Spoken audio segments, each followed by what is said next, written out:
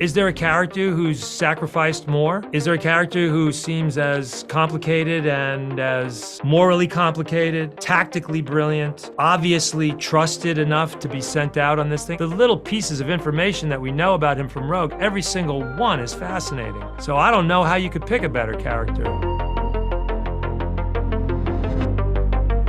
Our overriding mandate for everything is to make it real. I mean, that's the absolutely real wherever we go. It was a profound privilege to walk onto that set because the amount of work that went into it, and all of it was there to help us to do our job the best that we could. I mean, that's like the greatest luxury. It was all there. You have this enormous opportunity of the scale of it and the length of it, and that's something I've never had the chance to do before. And sometimes it feels a little bit overwhelming, but most of the time it's exciting. The rebels are the good guy, and the Empire is the bad guy, right? That's kind of what we knew about Star Wars from the get-go, until Andor, until the nuances and the struggles and what actually makes a rebellion. What I love about Andor is completely summed up in this scene. It's Andor just trying to find his sister and leave without any hitch. He did not get into the situation himself. He did not go looking for trouble.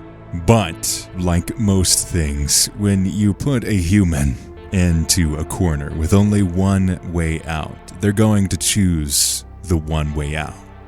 And yes, pun is definitely intended.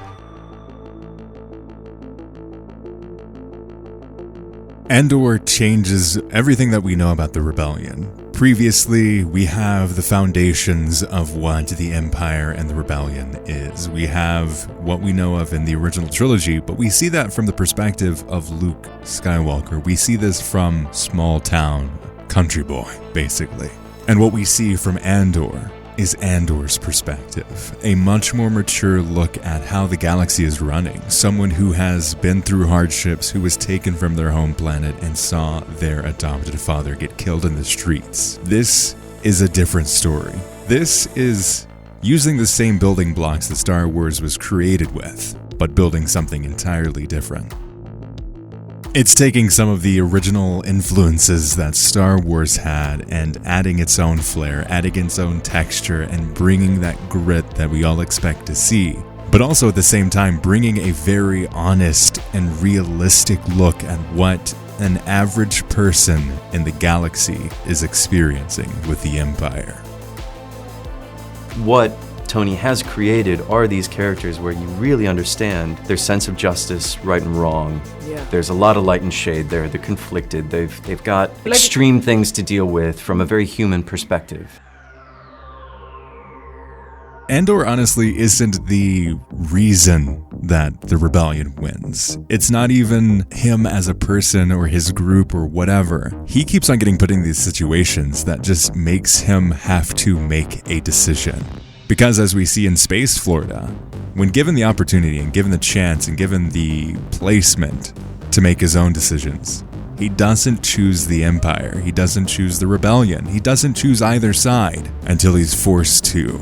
And it's not until the end of the season that we actually see him make a decision for himself. Every single decision he makes up until that endpoint is because he's forced to.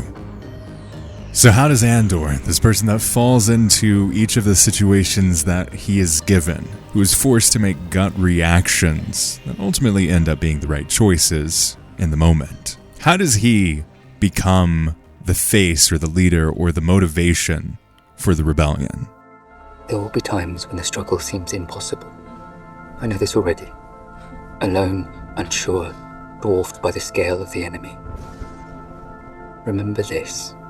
Freedom is a pure idea. It occurs spontaneously and without instruction.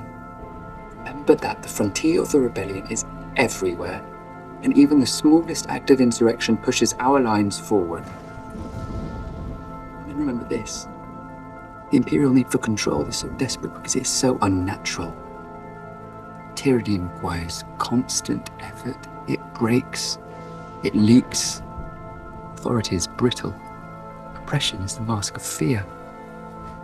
This moment right here is the turning point. This is the moment that we've all been leading up to throughout the entirety of the season. This is the moment where Cassian decides to make a decision. One that he is not going to back down from, one that he's not going to run away from, one that he will not hide from. The entire message of Andor hinges on one thing. Rebellions are not built on the backs of heroes like Luke Skywalker. They aren't built on these figureheads. They're run, they're successful because every single person in the rebellion has been affected by the oppression of the Empire. They're able to see past themselves, their situations, and rely on the hope that one day they will be free, or one day they will be able to have their children or someone else in the galaxy be free because of the efforts that they've made. I burn my decency for someone else's future. I burn my life to make a sunrise that I know I'll never see. Now, the ego that started this fight will never have a mirror or an audience or the light of gratitude.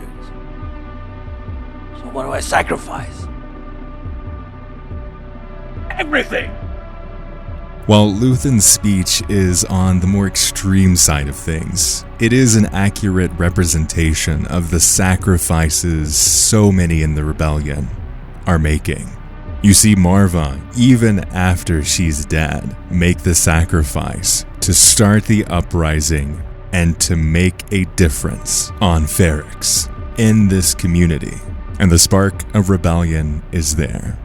So the secret hero of the rebellion isn't one person.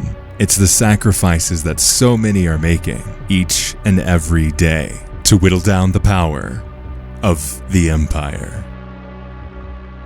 Thanks for checking out this video. Let me know your thoughts in the comments below. Did I land on something here? Is this what you took in when you watched Andor? Let me know in the comments, and I would love to hear that discussion and see what you think as well of what actually went down in Andor. As always, hey, check out our podcast, and may the Force be with you.